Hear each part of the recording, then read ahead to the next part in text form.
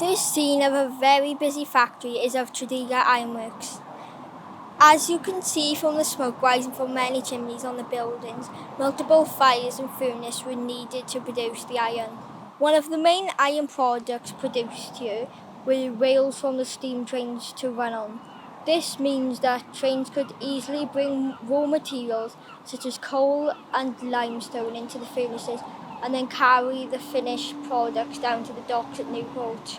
The bridge across the river you can see to the right of the picture would have led to the houses at Georgetown where many of the workers would have lived. Today the area has changed drastically and the Tredegar Ironworks are long gone.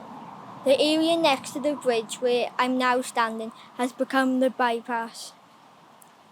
However, evidence suggests that parts of the old bridge may still exist, acting as supports for the current footbridge that leads from Georgetown today.